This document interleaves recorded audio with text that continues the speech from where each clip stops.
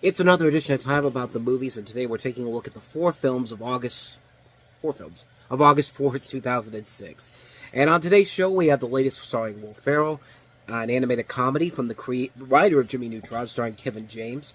We also have a horror film in which a group of ladies go down into a cave, and of course, horrendous shit await them. And also Robin Williams in probably one of his most underrated movies I've ever seen. We'll talk about that a little bit later on. But, of course, we've got the biggest new release of the weekend, which is Will Ferrell starring in Talladega Nights, The Ballad of Ricky Bobby.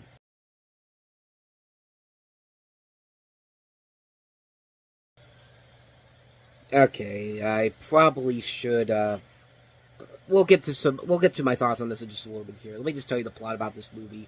Will Ferrell stars as the titular Ricky Bobby, an immature yet successful NASCAR driver who ends up having something happen to him, and he's basically got to reevaluate his life. And gee, that hasn't been done before in a Will Ferrell movie. Yeah, controversial opinion time. I know a lot of people like this movie. I know a lot of people saw it. It was a big hit when it came out.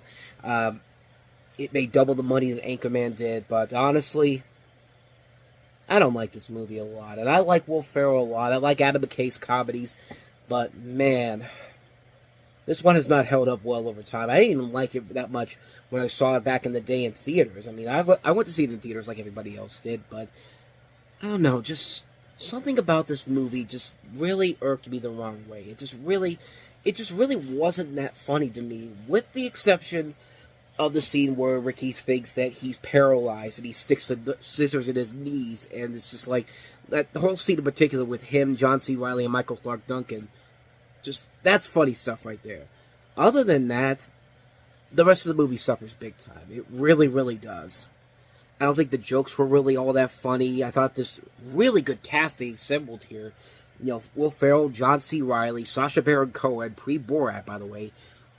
The movie, of course, not the TV show. Gary Cole, Michael Clark Duncan, Leslie Bibb, Jane Lynch, Amy Adams. I mean, talk about a strong cast here. And this is done by the same people that made Anchorman, which is still one of the funniest movies I've ever seen. But it just doesn't come together here in this movie for me. It just really isn't that funny. It falls into a lot of the same tropes we've seen in so many Will Ferrell movies. He's got to scream a lot. And we've seen a lot of those movies where it has worked. Even stuff that people did not see, like Kicking and Screaming, Bewitched from the year before. Yeah, this movie helped to put it back on the map in terms of the box office, but was it really worth it in the end for the film itself? Because honestly, me personally, I don't think it's that funny. I really didn't get a whole lot of good laughs out of it. I thought the writing overall wasn't that strong.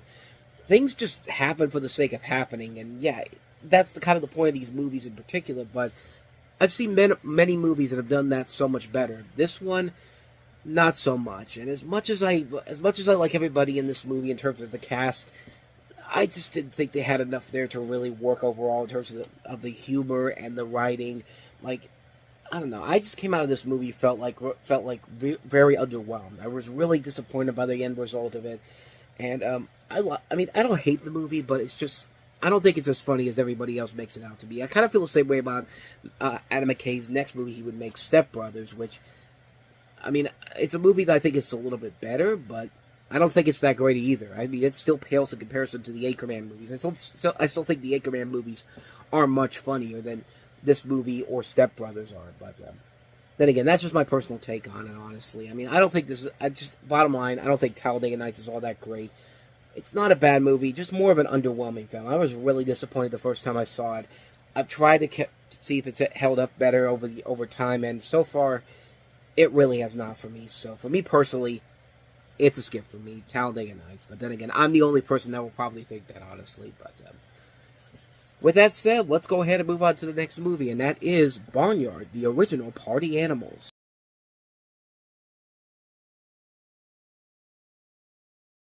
I mean, that trailer kind of gives you an indication of what the movie's bad elements are going to be. The animation is very choppy, and yeah, I think you could obviously see some big problems here because, yeah, Kevin James is playing a cow with udders. Male cows don't have udders. That's female female cows that have the udders, and every cow in this movie has udders, and for some reason, the people who made this movie didn't even think that, and maybe that's why the movie has a bad reception in terms of critics, but yeah, move over, all you pretenders. That's literally really the synopsis from Paramount itself. Here are the original party animals, the animated gang of Barnyard. This laugh-filled adventure stars Otis, a carefree cow who spends his days singing, dancing, and playing tricks on humans, much to the dismay of his father. His father being played by Sam Elliott. Otis is played by Kevin James, of course. And there are times when Steve Odenkirk can be really funny, who's the writer and director of this movie. You know, he did Ace Ventura 2, he wrote The Nutty Professor, he did Bruce Almighty, and of course he did Jimmy Neutron Boy Genius. Then he does stuff like Patch Adams and Evan Almighty, and then a movie like this, and yeah. The proper term to describe this movie is literal cow shit. This is just a shitty movie, man. And it's not even just about... It's just a bad movie. The animation is shit.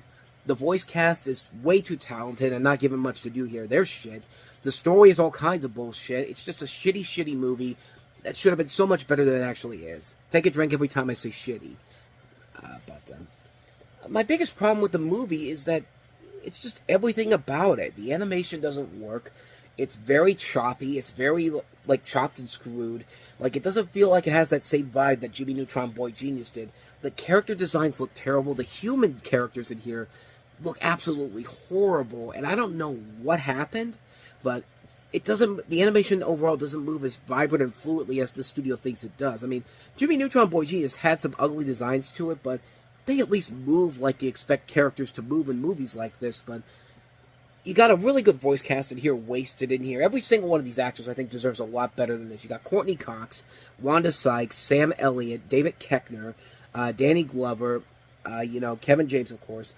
Andy McDowell's in here as well. They're all wasted in this, and they're not really given a whole lot to do. This is pre-Adam Sandler movie Kevin James, by the way, back when Kevin James had some life to him, and everyone thought he had a bright future ahead of him.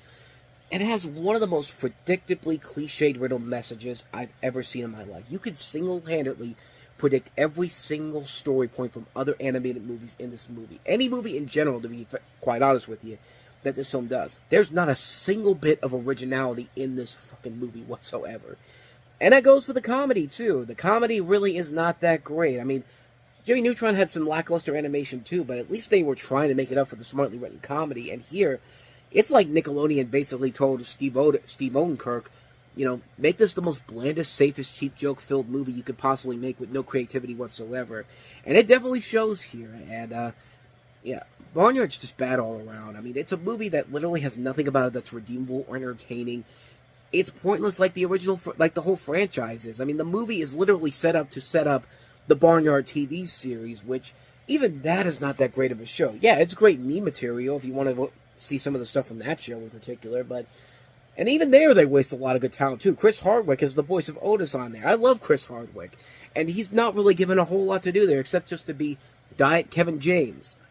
That's about it. I mean, it's a bad movie, it's a bad TV series, it's a bad everything, it's dead on arrival. I really hate Barnyard a lot. The only positive thing I could say about it is, at least it was better than the Ant Bully, but even then, that's not really saying a whole lot, so, yeah. So not much more to say about that one. Let's move on to the next movie, and that is The Descent.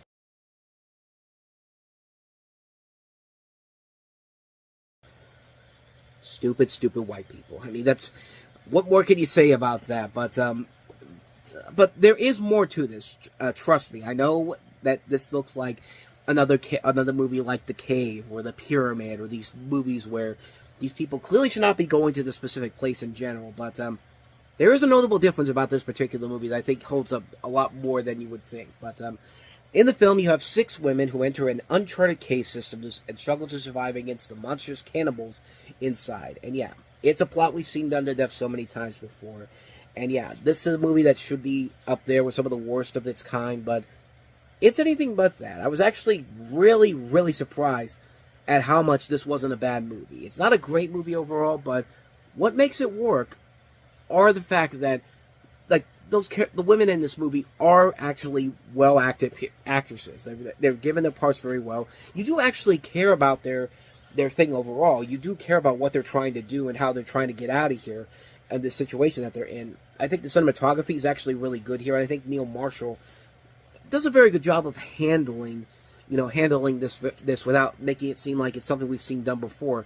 And it does get some legitimately terrifying, creepy elements to it. I mean, yeah, it's a film that probably should not exist because these people should be much smarter than this movie makes it out to be, but they actually do have elements to them where it's just like, yeah, it's a very interesting film that's literally shot inside of a cave.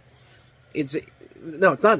I thought it was shot inside of a cave for a second there, but no, of course they wouldn't do that.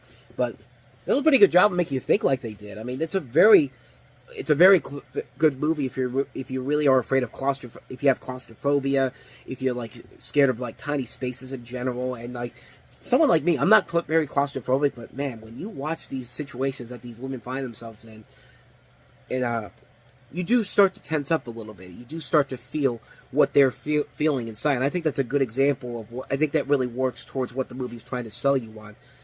So yeah, it's a formula that could have easily been just another bland, predictable horror film in general, but it adds another element to it. I think it works because there is a scare factor to it. I think the cinematography does a very good job of putting you in the scenario with these ladies, and the performances overall are very good. I mean, it has a really good tense feel to it that actually does work in the final product overall. Not the best horror movie, but much better than I had any thought of it going into it. I mean, I thought it was not going to be that great, but I am glad I kind of saw it. It was actually a pretty good movie. So with that said, let's go ahead and move on to the last film we have here, and that is Robin Williams starring in The Night Listener.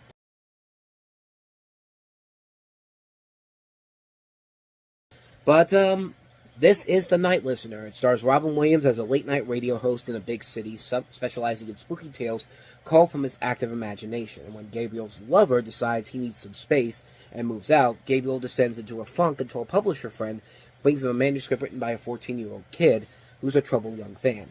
Pete's story touches the vulnerable Gabriel deeply, and he was severely abused by his parents and is now under the care of his former social worker, played by Toni Collette, who has adopted him. Pete is very ill, and he and Donna are keeping a low profile in a small town in Wisconsin to avoid discovery by Pete's mother. Gabriel develops an unsettling long-distance telephone relationship with the boy and his guardian. Nothing is as it seems, and the skepticism of friends causes Gabriel to be suspicious of Donna and her motives. So he tries to resolve the loose ends by traveling to Wisconsin to confront Donna and Pete, but the effort is largely unsuccessful, and we are left wondering if Pete is real, if Donna is really blind, or if Gabriel is the deranged soul of the story. And I gotta say, man, this is a movie that I was not expecting to enjoy as much as I did, but I really love this movie, man. This is definitely one of Robin Williams' more underrated dramatic performances. I mean, he's given it his all in this movie, and he's got a great cast to surround him. Toni Collette's really good in the movie. Bobby Cannavale, who plays his gay lover, is very good in the movie for the little bit that he's in. Joe Morton is very good. Rory Culkin. I mean, the mystery overall is really good. I was really caught up and hooked up to what was going to happen in this movie. I wanted to know, like, how is this going to end? Like, what's the big twist of the movie going to be? And I think the movie does a very good job of building up the suspenseful twist at the end that works incredibly well. And like I said, this is a movie that I don't think a lot of people really have talked about all that much. It definitely is one of those movies that was not a big hit when it came out critically or financially, but it's one I'd highly recommend checking out. It's one that if you want to see Robin Williams and one of his more underrated dramatic performances, this is a film that's definitely worth it to check out. This is one I highly recommend. Definitely check this one out. This is probably my favorite movie of the entire week. I really like this one a lot. Check it out, The Night Listener. And so, with all that said, we wrap up another edition of Time About the Movies. And the next time we meet, we take a look at 4 more movies, including Channing Tatum and Jenna Dewan starring in the dance hit Step Up. The second of the 2 September 11th movies released in 2006. This one directed by Oliver Stone and starring Nicolas Cage and Michael Pena, World Trade Center.